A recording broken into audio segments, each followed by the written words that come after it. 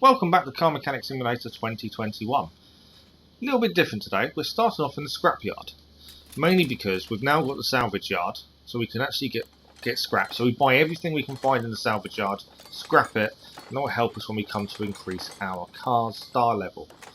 That will be later on. Firstly, we're going to have a look at the cars we found whilst here. Now, the first car we came across was one of my personal favourites. It's a 1956 Salem 1500 XL, and we're going to buy this, and it's going to cost us £5,032. Now that's a steal, but as it's from the scrapyard, there's a lot of stuff wrong with it. So it's going to cost us a little bit of money to put right, but that's going to be one of our project cars coming up very soon. The next car we come across is a 2009 Royale Town Lite. This car will cost us £4,386. Again, another cheap buy from the scrapyard, but once more, it's going to be missing a lot of it. It's not going to be missing, but it's going to be missing parts. It's going to have a lot of issues as well, though, to be fair. And it's going to be the same from any car we buy from the scrapyard. It's going to be a worse condition than the barn, but they're going to be cheaper.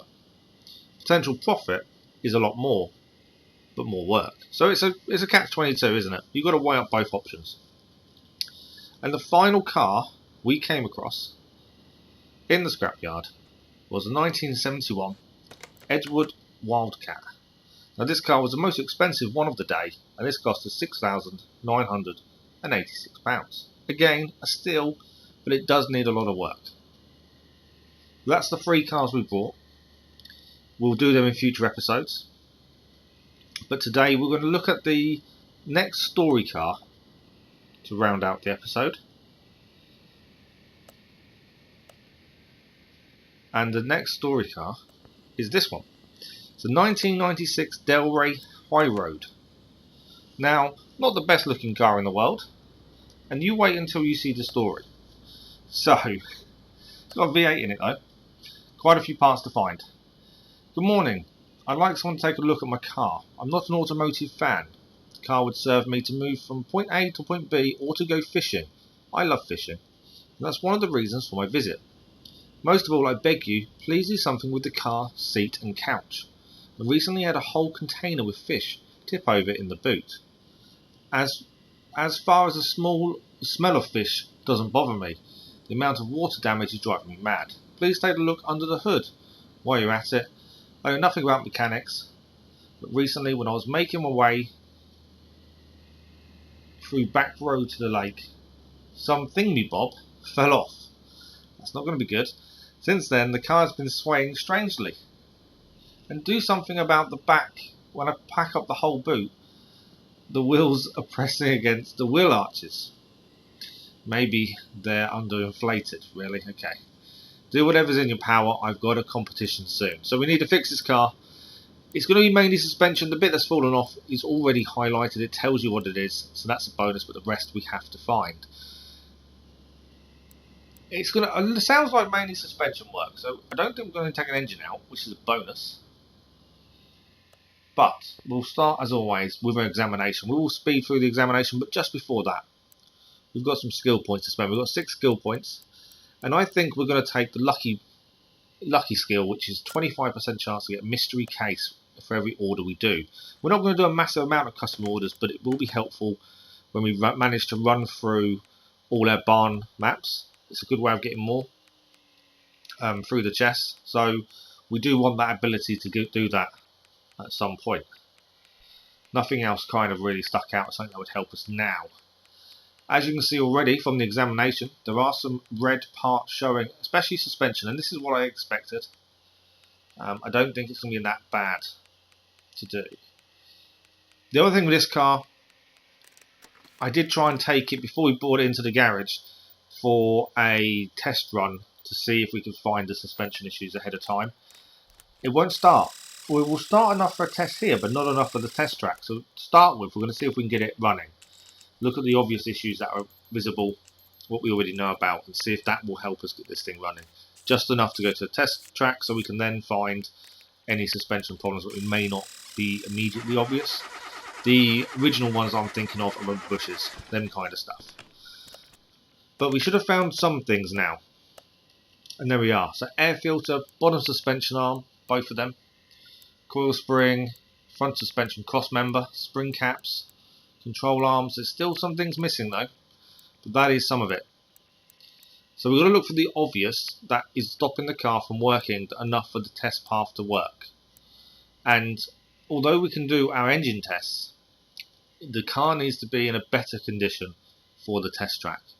I've done it a few times where I've tried to take a car there and it starts enough for the test but not enough for the test path. So it's trying to work out what you need to do to get to that point.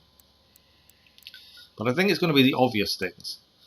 So let's have a look first. Can we see anything obvious off the bat? I'm thinking starter motor possibly. Have a quick look at that. I don't think that's come up on our... it should have come up on our test actually. So it might not be the start member. Looking at the rubber bushings, obviously they're going to be an issue, but I don't think that's going to stop it starting. What else have we got? Let's have a look round. There's an oil filter there. That looks a bit dodgy. Starter motor. Starter motor's okay. It's above the minimum. The fuel filter, on the other hand, isn't. So we'll take that off. That may be the cause of it not working on test track. We shall find out shortly. But we'll put this back. We'll buy a new one, put it back on, and see if that helps us. I suppose the other thing to check is fuses as well. We know it needs a new air filter.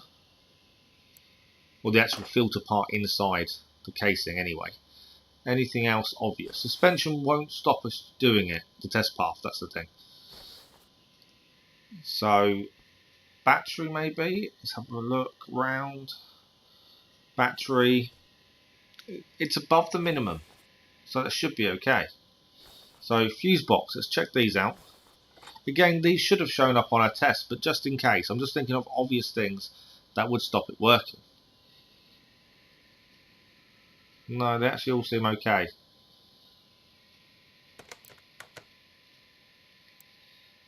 The worst thing is you can get to the test track and then find it still won't start when you think you've done enough. Let's do the air filter while we're here. Take off the lovely little clips that annoy the hell out of me. And we'll start with this. It's quite simple. 4 clips. Take it out. New air filter in. At least then we've changed 2 things on the list anyway. Hopefully that may help. There we go, air filter out. We'll put it on the shopping list.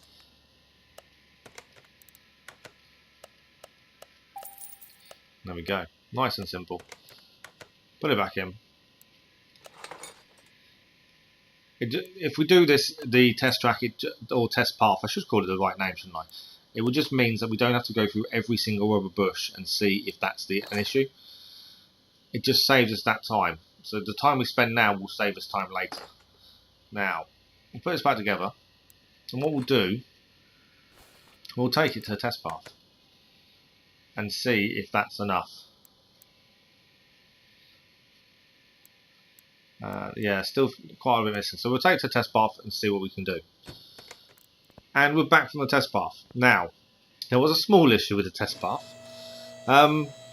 We hadn't done enough, but the reason we hadn't done enough was because a part of the car was missing.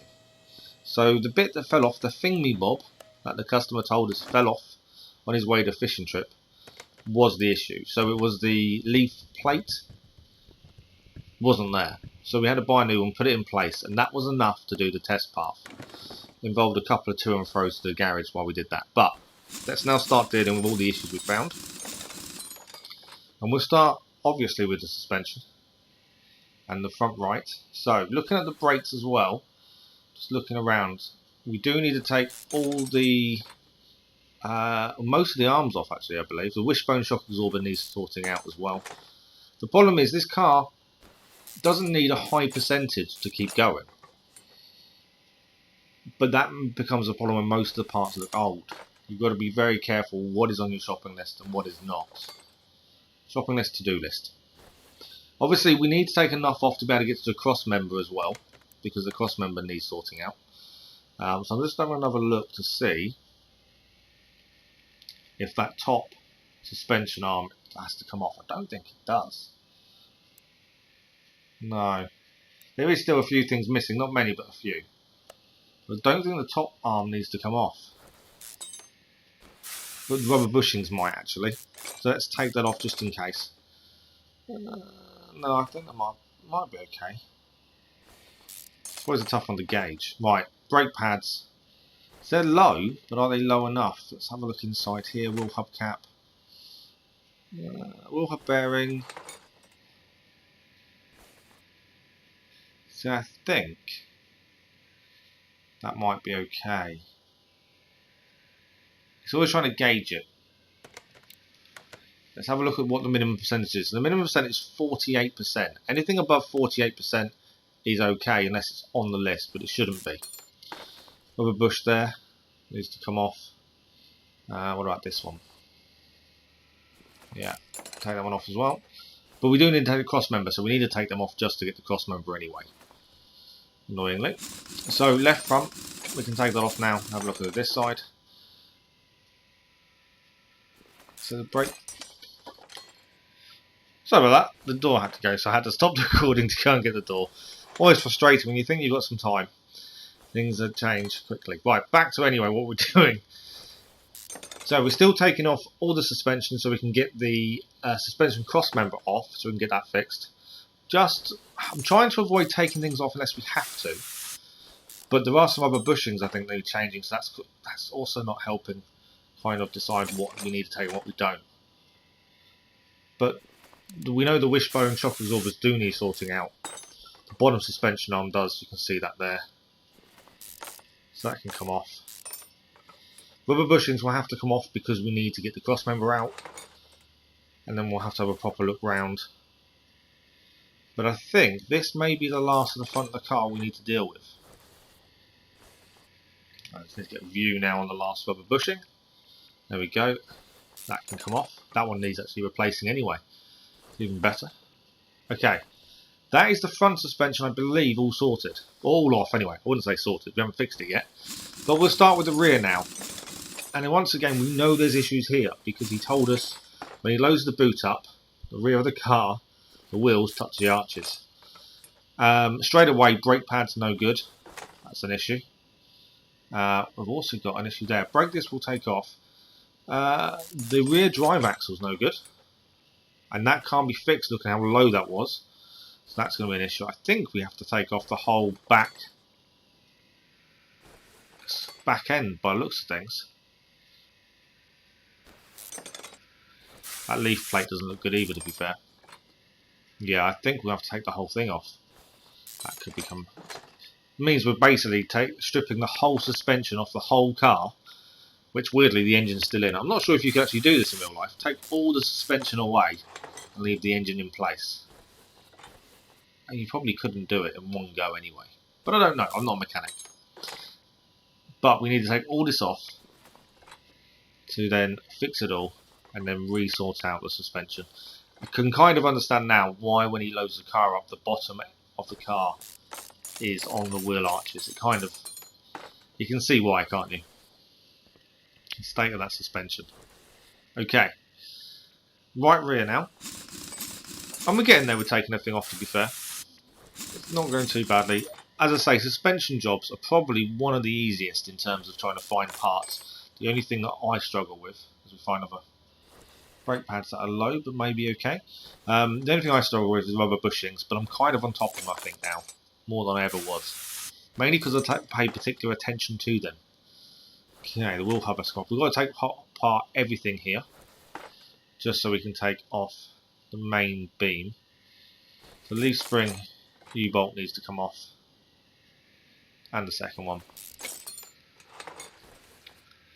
Rubber bushing, that one needs replacing anyway, but it's coming off no matter what. Can't take that off because we haven't got the plate. There we go, plate can come off. Control arm. We've got the shock absorber,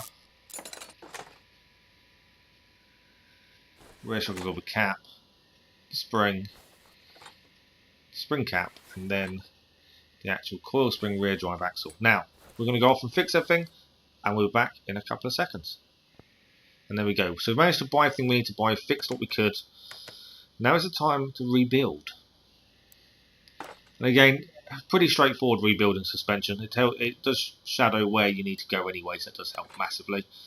But even without it, the suspension are quite, I think the word I'm after here, they're not complicated, not really. There's the odd thing you can miss, but generally they're quite simple to put back together. So we can now put the knuckle housing back on, the suspension arm, the control arm. I call things with the wrong names all the time. Brand new rubber bush, as that one needed replacing anyway. The wheel hub, you can rebuild the wheel side. I want to get underneath first and do the leaf plate, mainly because they're quite small. You can miss them if you forget, so it's better to do it sooner rather than later, I feel. Works better for me. Second spring U-bolt back on. Now we can rebuild the wheel properly. It's a rear drive axle. We can use the old one. It's above the percentage needed, so we can use the old one. That's not an issue. Now brake pads. Again, old ones. They're above the minimum, so it won't matter. This is where we save some money, because story cars don't give you a great deal of money back. So it's definitely worth trying to cut costs where we can. If it doesn't need replacing or is above the minimum, we'll be able to save money that way. Now, back onto the spring cap and the rear spring.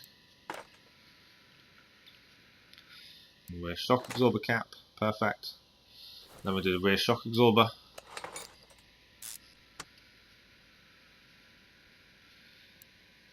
And the leaf spring plate going on now. And then the bolts, can't forget these. Considering that plate was the thing that fell off. Cannot forget that.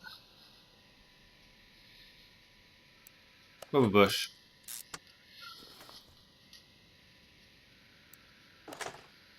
And again, you see the knuckle is quite worn, but it's not a problem because it's above the minimum. It's either above the minimum or not on the list. That's the reason if you see us use a already worn part. If it's not on the list, it doesn't need doing. So brand new brake pads as well in there. And then brake caliper, and then we put the wheel back on. I just want to check. Just having a look. Mainly because that brake caliper was quite low, but I don't think it's not on the list. There is still one thing not discovered, but we'll get onto that shortly. But yeah, I don't think the brake calipers definitely aren't on the list, so we should be okay to put the wheel back on now.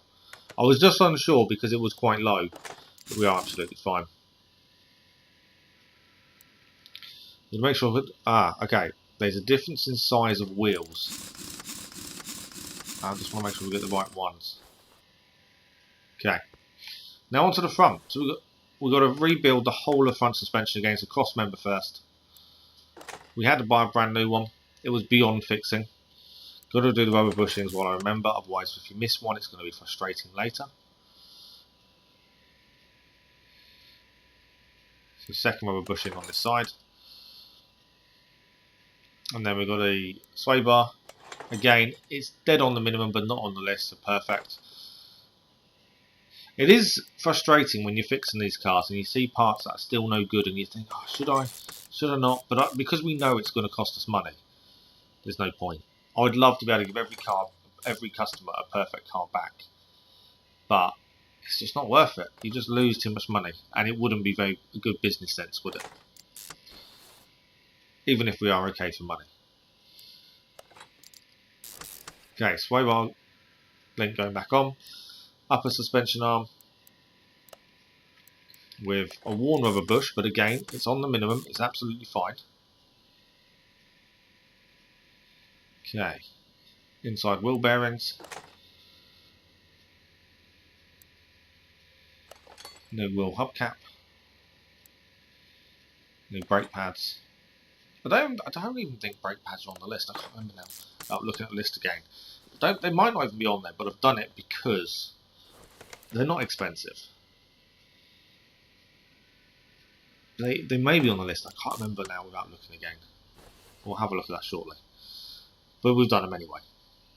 So rubber bushing in first. So that should be all the rubber bushings that we need brand new done. Let's have a quick look. Rear shock, solid drive, spring cap.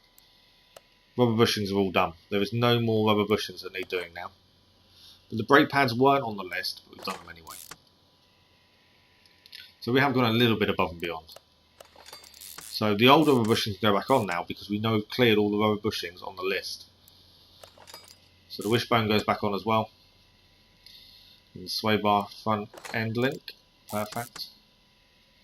The upper suspension bar, arm, not bar. I will get the names confused. Okay, brand new brake pads because you're feeling nice. Brake caliper, no issues there. And then inside the wheel itself, the wheel hub bearing. And then we've got the cap. And the wheel itself. We did leave the front left off. We do need to go back and put that back on.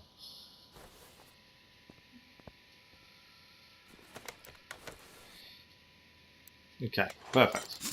So that is the majority of the car done. We do have a problem. Now, despite our rigorous testing, and the test path as well, we are missing something other than the drive shaft. We do need to put the drive shaft back on. There is still one part not found.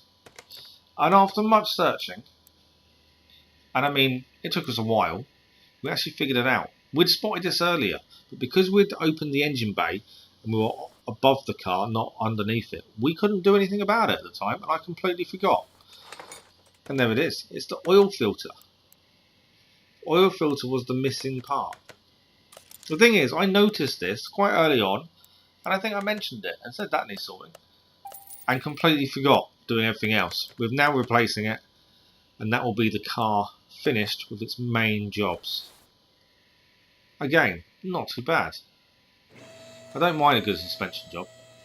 Doesn't get tedious like some of the engines do with all the little push rods and things. But that is every job done. So we now need to change the oil or fill the oil back up. We did drain it before we started. So oil can go in.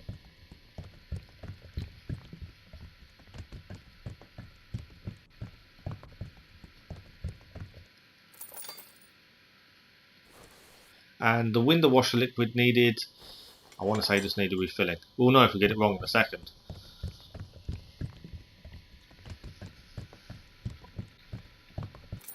There we go. Now, the only job left to do is wheel alignment. So we'll do that. We don't show this often, but we do it for all the cars we build as well. Quite a simple one. And if we'd let the car go out as it was, that car would be rearing left quite a bit. Looking at that. Rear left is now rear lined, rear right. Yeah, that would have been going around left quite badly. But that is the car finished. There's nothing else for it, I don't think. I believe we're done. Not a bad job. Not a bad job at all. So, let's talk numbers. We spent £2,293 on parts and fixing the car.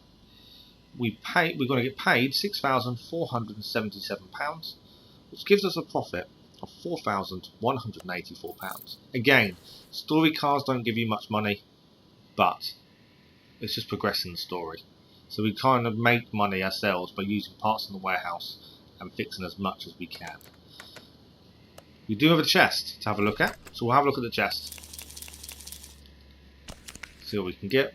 Bonus XP.